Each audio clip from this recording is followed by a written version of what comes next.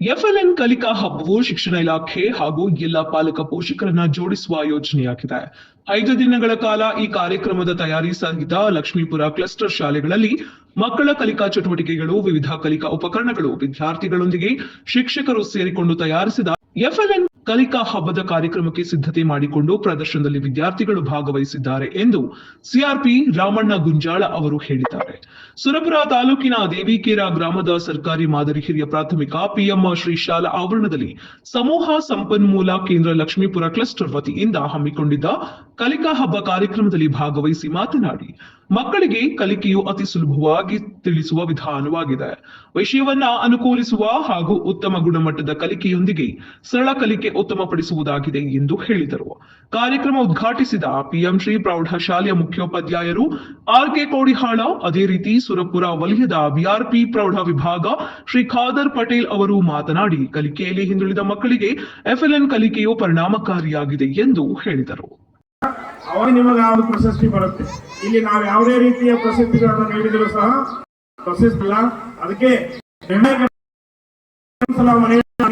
ತಮ್ಮ ನಿರ್ಣಯ ಉತ್ತಮವಾಗಿರಲಿ, ಎಲ್ಲಾ ಮಕ್ಕಳು ನಮ್ಮವೇ ಅಂತ ತಿಳ್ಕೊಂಡು ನಿರ್ಣಯವನ್ನು ಮಾಡ್ರಿ.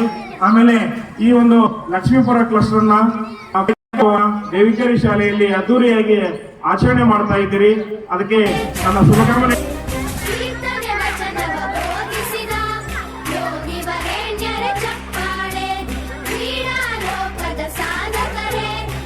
ಏಪ್ರಿಲ್ ಸರಿಯಾಗಿ ಸಾಧಿಸಲು ಹತ್ತು ಮಕ್ಕಳು ಕಲಿಕೆಯಲ್ಲಿ ಹಿಂದುಳಿದ ಮಕ್ಕಳನ್ನು ಸರ್ಕಾರ ಏನಪ್ಪ ಅಂದ್ರೆ ಭಾಳ ಒಳ್ಳೆಯ ಯೋಜನೆ ಮಾಡಿದಂತ ನಾ ಸರ್ಕಾರಕ್ಕೆ ಅಭಿನಂದನೆ.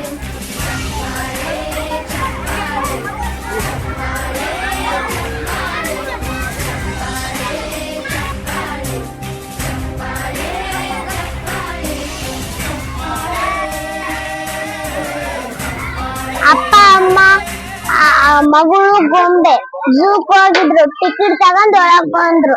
ಒಳಗ್ ಬಂದು ತಂದೆ ತಾಯಿ ಮಗಳು ಆನೆ ನೋಡಕತ್ತಿದ್ರು. ಗೊಂಬಿ ಕಂಪೌಂಡರ್ ಮ್ಯಾಗಿತ್ತು. ಆಮೇಲೆ ಆ ಮಗಳದು ಗೊಂಬಿ ಬಿತ್ತು ಜಗ್ಗಿ ಆಳಕತ್ತಿದ್ಲು. ಅವ್ರ ರಂಸಕದ್ಲು, ಅಷ್ಟಾದ್ರೂ ಆಳಕತ್ತಿದ್ಲು. ಆಮೇಲೆ ಆನೆ ನೋಡಿ ಸೊಂಡಿಲೆ ಕೊಟ್ಟಿತ್ತು. ಊರಲ್ಲೇ ಬಚ್ಚಿದ್ದು ಅವಕ್ಕ ಹಸುವಾಗಿದ್ದು